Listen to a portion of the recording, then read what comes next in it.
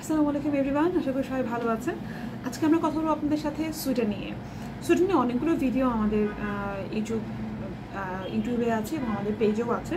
So সেক্ষেত্রে Sweden নিয়ে কথা বলার কারণটা হচ্ছে সুইডেনের রেসপন্স খুব ভালো পাচ্ছি আমরা, এবং আলহামদুলিল্লাহ এবছর কিন্তু আমরা অনেকগুলো অ্যাডমিশন পেয়েছি। সো অলরেডি অ্যাডমিশন আপনারা জানেন যে অ্যাডমিশন ডিক্লারেশন হয়ে গেছে এপ্রিলের 13 তারিখে 7 তারিখে ডিপেন্ড করছে, ভ্যারি করছে।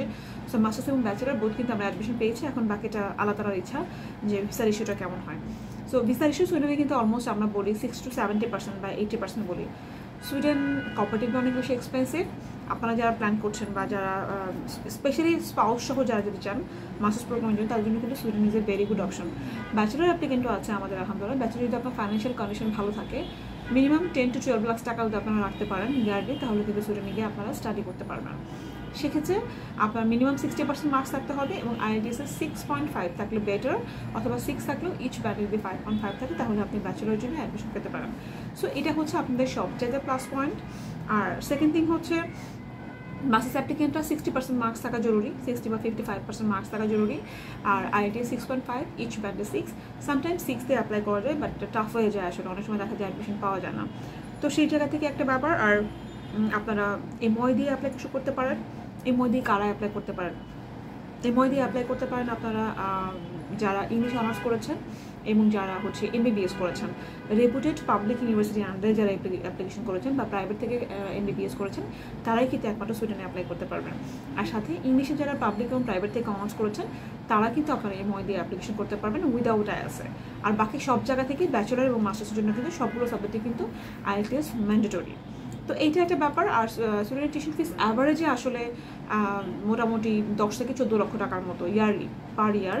সো আপনি হাফ পে করতে পারবেন, মানে এক সেমিস্টার আপনি পে করতে পারবেন অ্যাডমিশন পাওয়ার পর। ভিসার আগে সেটা পে করতে হয়। সুইডেনের ব্যাঙ্ক স্টেটমেন্ট নর্মালি আমরা স্টুডেন্টের অ্যাকাউন্টে রাখতে বলি, স্টুডেন্টের নিজের নামে রাখলেই হয়।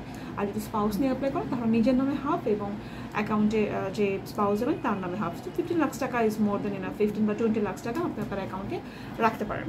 আর সুইডেনের খরচগুলো আসলে হচ্ছে আপনার অ্যাপ্লিকেশন ফিস আপনারা সবাই জানেন যে সুইডেনের সেন্ট্রাল অ্যাডমিশন হয়, গভর্নমেন্ট থেকে সেন্ট্রাল অ্যাডমিশন পোর্টালে অ্যাপ্লিকেশন করতে হয়। সো একটা অ্যাপ্লিকেশন ফিস দিয়ে আপনি 4টা ইউনিভার্সিটি বা 4টা সাবজেক্টে আপনি একসাথে অ্যাপ্লাই করতে পারবেন, সেটা 4টা ইউনিভার্সিটি হোক বা একটা ইউনিভার্সিটি হোক।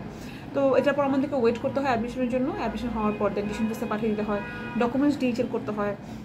তারপর হচ্ছে অ্যাপ্লিকেশন ফিস পাঠিয়ে দেওয়ার পর দিন আমাদের ভিসা অ্যাপ্লিকেশন জন্য অ্যাপ্লিকেশন করতে হয়।